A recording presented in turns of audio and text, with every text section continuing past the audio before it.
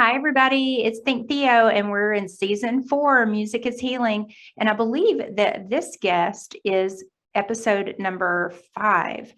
I could be wrong. Maybe episode 6, but I think it's 5. But anyway, I want everybody to welcome Rand Mintzer from Houston, Texas. And I'm going to let him introduce himself, which seems to be what I'm doing lately, is letting everybody do their own introduction, because who doesn't want to do that, right? Theo, you're absolutely correct. And thank you so much for having me on your podcast. But to introduce myself, I am older than dirt. I'm 62 years old. I grew up in St. Louis, stayed in St. Louis through my first year of college, where I less than ceremoniously failed out of UMSL, University of Missouri at St. Louis. And the only school that welcomed me with open arms, because they were dying for out-of-state tuition, was Arkansas State University. So I went there in Jonesboro, which at the time was unfortunately being confused with Jonestown in Guyana, because that happened when I was going to school there. And I majored in social work and psychology. And then I went to law school at South Texas College of Law. The funny thing is, the smartest one of us in the group, and he has since passed on, Doug Farkay, he got into Georgetown, but everyone else went to school at University of Arkansas at Little Rock, and that's where I wanted to go with my friends, and I didn't make it. So I went to South Texas College of Law, and I graduated in December of '83, and I practiced criminal defense. Recently, well, actually, my creative endeavors, there's two things. About 7 or 8 years ago, I published a book, 33 Years of Running in Circles, and that dealt with my life in running. And it also dealt with something that probably has had a profound effect on my whole life, and not a very good way. I was a very heavy kid, and my weight did not go away until I went to college. So I wrote a book about my experience with running. Wow. And I've run 25 marathons. And last year I ran about 2,000 miles, but I've always been very active. Oh, that's wonderful. I did a half marathon once. I did a half, 2 hours and 24 minutes and 12 seconds. Just a half. I would be happy with that time. I'm not particularly slow, but I like to think that I get my money's worth out of the course.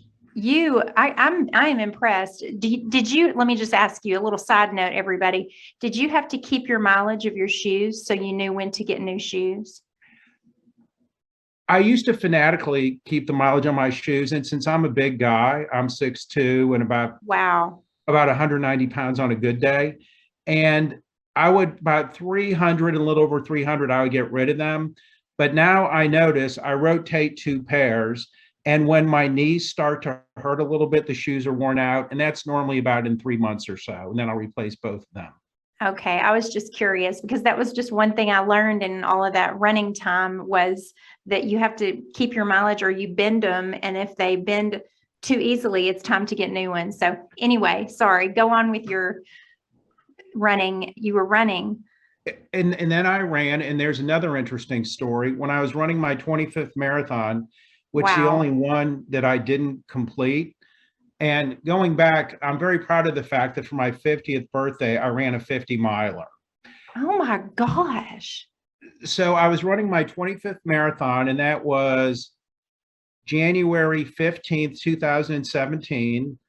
And at mile 15, I had a massive heart attack and I dropped dead. And lo and behold, if you're going to drop dead running a marathon, there's 2 tips I want to share with you. Okay, very important. Drop dead in the vicinity where there's half a dozen people who know CPR. And then if you have the good fortune of doing that, also drop dead outside of a nursing home where they happen to have a defibrillator. So I was apparently dead for 8 minutes. I was brought back to life. And I'm here today, but jumping around like I'm schizophrenic to my last creative endeavor. It was several years ago. I've got 2 daughters. I was sitting in my youngest daughter's a school, not an orientation, but in Houston, Texas, you try to get your kid into certain schools where you think will be a good fit. Mm-hmm. And we were in this particular school, and we'd gone to many schools, and it was actually her middle school. And I was basically, all I could think about is like, wow, I hope they're going to serve good cookies later. And this principal got up and told the most remarkable story. And that was how she was illiterate until the 6th grade. Then some teacher during his lunchtime took the trouble to teach, or actually taught her how to read. And it changed her whole life to the point where she was a school principal, and she was obviously paying it forward in a very big way, because we loved her, because she was one of those principals, even though Hayden didn't go to school there, where you get the feeling that she cares as much about your child as you do. And that's the vibe you want to get from a school. Exactly. And so that just stuck with me so much. And finally, I thought, that one person had such a profound impact on her life. And I also thought a little bit about Studs Terkel, the late writer, who goes, every American has a great story to tell. And then, of course, I guess the third thing that came to mind was and this is a very ancient reference, and the movie came out before I was born, but Charlie Chaplin in The Great Dictator, when he gives that speech at the end, he says, people want to do good things, and I'm paraphrasing it. And that always stuck with me, because that just is always, I just thought it was particularly profound. So then I decided to come up with a podcast of my own, and that's called Thanks, a Feelgood Podcast. And in that podcast, people thank one person who had a profound impact on their life. Which I've listened to a few of your episodes, and it's great. I want everybody to tune into that, because it's a feel-good podcast. It's everybody's being grateful. And, that's the big thing now, gratitude. People are doing gratitude journals. What are you grateful for? But listening to what you were saying, I want to go back really quick. When you said you dropped dead, well, you're not dead. You're very much alive. So what happened? Well, as I said, there were about half a dozen people who administered CPR. Then it started to rain, and someone in the nursing home rolled out a defibrillator, and they hit me, and I came back. Do you remember anything? No, and that's what everyone asked me is, what did you see when you were dead? And maybe it's because I'm Jewish and I'm on the wrong side of the Jesus issue, but I didn't see anything. As I've said on numerous occasions, I would have loved to have seen my maternal grandmother, my childhood dog, and the late Jerry Garcia, but none of that happened. You had a list. You would be searching. You didn't have enough time. 8 minutes isn't long enough to find them. I guess that was it. Well, so on your podcast, when did that start? How long have you had the podcast?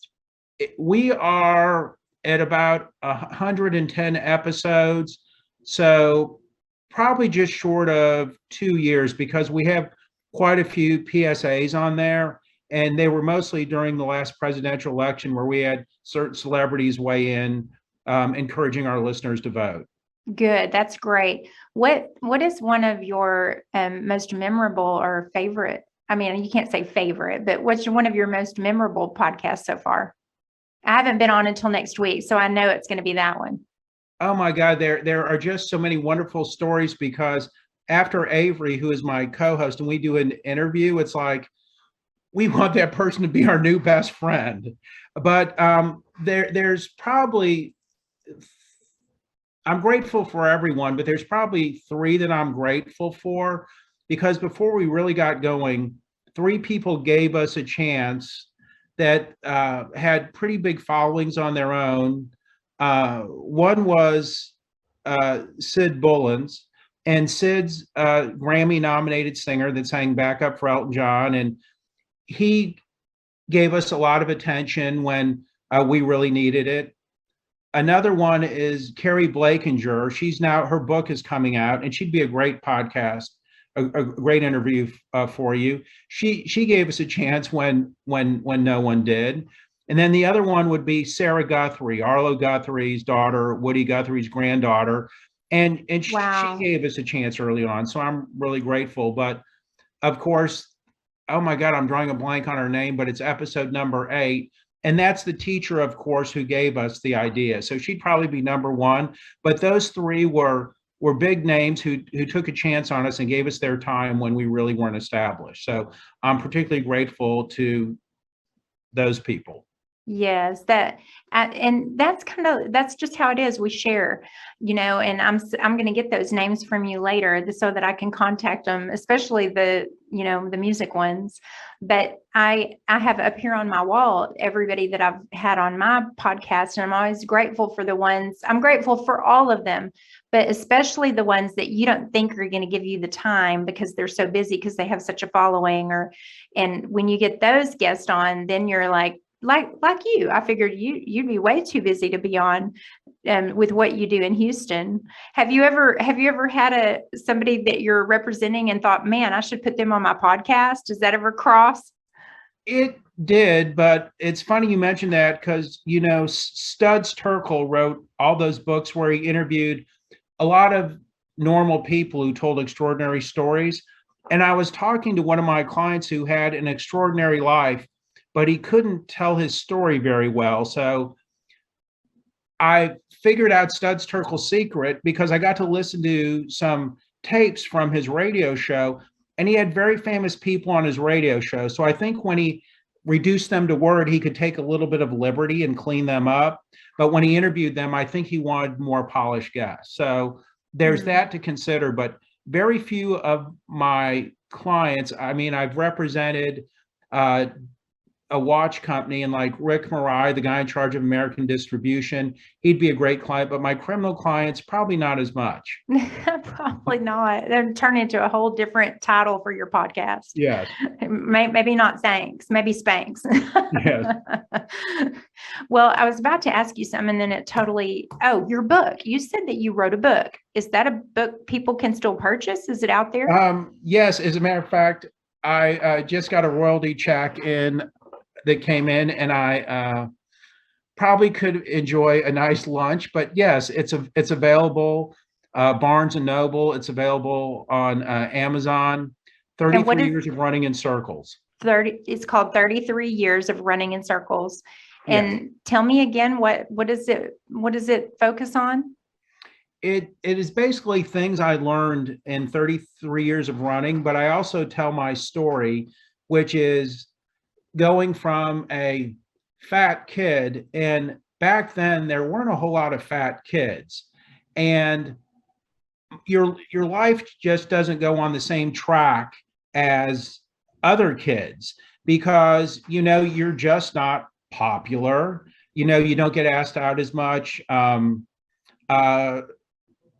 My successes with the opposite sex when I was in high school could be written on a matchbook cover, and that would include just even getting them to go out with me. So at least during that time, your life just doesn't develop normally when you're heavy. And Byron Wood, who was my college roommate, was, I believe, nationally ranked in orienteering, which is running through the woods with a compass. And I still don't understand what it is, but apparently he was gosh darn good at it.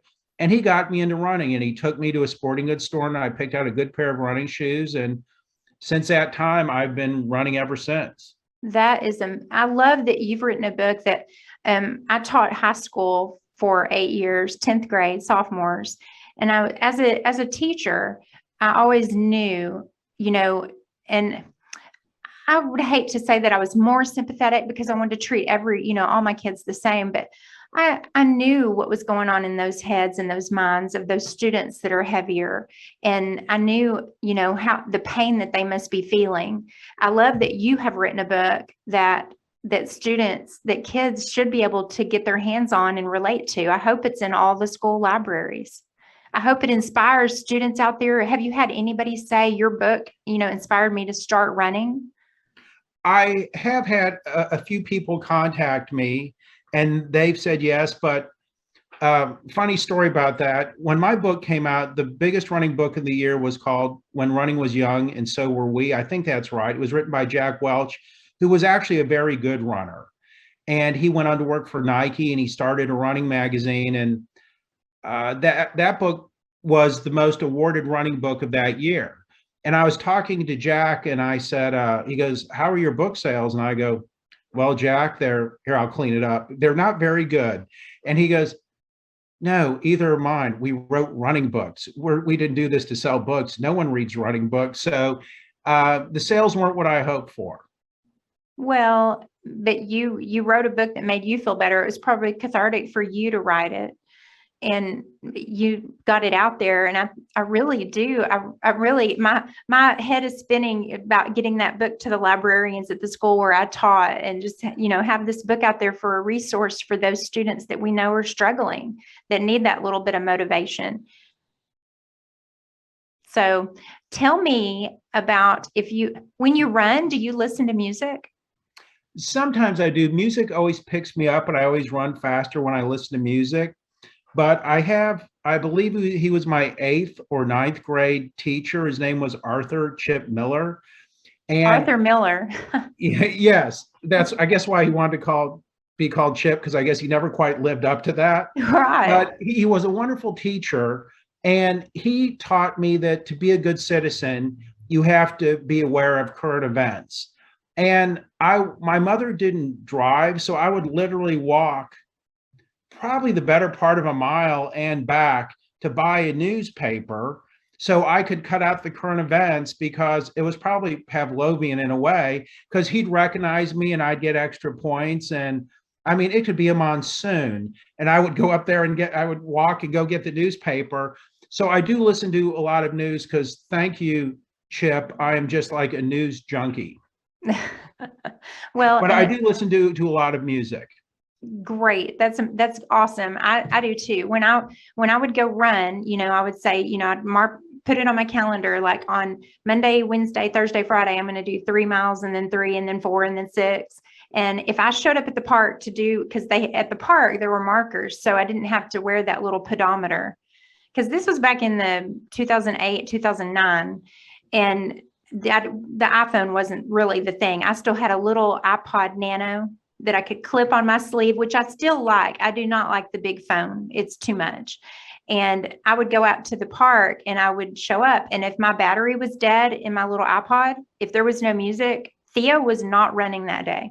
She was just going to cancel that day. I have to have music. Have to. It's almost impossible for me to run without it. Well, tell me about, I heard something you had said earlier about Grateful Dead. I love the Grateful Dead. When I was a sophomore in college at University of St. Louis, I believe maybe it was Charlie Mark, a friend of mine, because the year I stayed home at St. Louis and went to school, I also kept working at Kentucky Fried Chicken, where I worked since I was 15. So wow. yes, I am ex-KFC alumni. Yeah. And or I guess KFC alumni, not ex-KFC alumni. It's like a marathoner. You always be one and you always be KFC alumni. Finger looking good. He suggested that we see the Grateful Dead movie. And I can't remember whether I was self-medicated or not, because if ever you've worked in a kitchen as a high schooler or back in the 70s, you probably drank a little bit more and probably smoked a little bit more weed than probably good sense would dictate. Probably. And we saw the Grateful Dead movie, and I remember I must have been self-medicated, because I thought, oh my God, they're playing that just for me. So yeah, I probably had a little bit of help for that. And it was like such a moving experience. So that summer, they played Arrowhead Stadium. So we got my car, and we drove from St. Louis to Arrowhead, and we saw them, and it was a somewhat religious experience. And ever since then, I've been a big Deadhead. Wow. And you said you said earlier that paid for your college? Well, it was when I was a sophomore in college. When I was at Arkansas State, I loaded up my girlfriend from Jonesboro, and we drove to St. Louis. I guess that would have been February of maybe 79 to see them play Kiel Auditorium. And I was in an accident going back. So somehow Carol got back, and I was in the hospital for probably a week or two, but I ended up salvaging that semester. Great. And how long have you been in Houston? Since August 1st, 1981, and coincidentally, August 1st happens to be Jerry Garcia's birthday. So it was a wonderful omen. Yes, that was meant to be. How long have you been practicing law? When did... I just started my 39th year. Wow. And what made you, has it always been criminal defense?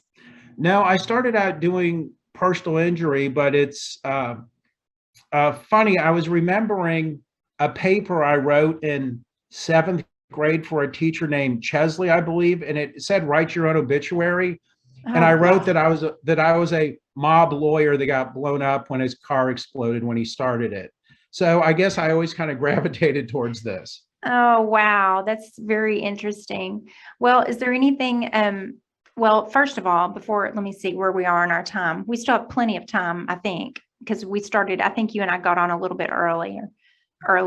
I want to make sure that people out there know how to contact you if they think that they have a great fit for your podcast. Thanks at Feelgood Podcast. How would they reach you? Oh my God, I'm drawing a blank on that, but because we do have a website with an email address on it, I don't remember what it is, but they can basically get me at rmintzer at Mintzer Law, Mintzer, or Rand at Mintzer Law, all one word, and I'll respond to that. Okay, that's great. So everybody, you got that email, and we're going to actually put that when we post the podcast, we'll type that out so that people will know how to get in touch with you. Because a lot of times, if they listen to the podcast at the end, we've got whatever the email address is. It's on the podcast as well, but that goes to the co-host Avery in New York. So I just never pay that much attention to it. Okay, gotcha. Yeah, you've got people. Yeah. Thank you so much for being on Think Theo season 4. I'm trying to see how much time we do have. I've really enjoyed getting to know you a little bit better. And are you still running now? Yes, I've adopted the Galloway Method, and that's walk, run. Yes. And that's what I do now. And that's what I did. Well, that's what I was doing when I dropped dead. But if you actually take regular walk breaks, you're less likely to get injured. You don't get as tired. And even though it doesn't make sense, you actually run faster. No, I believe that. I really do. And my knees, I remember after the half, my knees hurt so bad for several weeks. And I realized I probably shouldn't have jogged the whole time. I probably should have just walked out some of it. And walking is actually very, very good for you. Do you ever, when you're out running, do you still do marathons now? No, when I dropped dead at mile 15, my wife and youngest daughter were at mile 16. Oh, no. If not that far up. So it was very traumatic for them. And my youngest daughter would have been she's 17 now, so she would have been about 10, 11 at the time, or about 12. And it was very traumatic for them. So I wouldn't put them through that again. Even though I'm fine, I think the stress would be very hard on them. I'm so glad to hear you say that. That would be very difficult. So thank you, Rand, for being on Think Theo and sharing your story. And guys, the book is out there. I'm going to start promoting your book because I love that there's kids out there that need it. And you've got it at 33. Give me the title of it again. I'm going to write it. 33 years of running in circles. 33 years of running in circles. And you can find it, I'm sure, on Amazon, Barnes and Noble. And also, if you are interested in being on Thanks, a Feelgood Podcast, listen to those episodes and see if you think you know someone or if you're a good fit, and send Rand the email. And we'll have that in our little description for everybody. Thank you again for being on Think Theo. Have a great evening, and everybody out there, just keep smiling.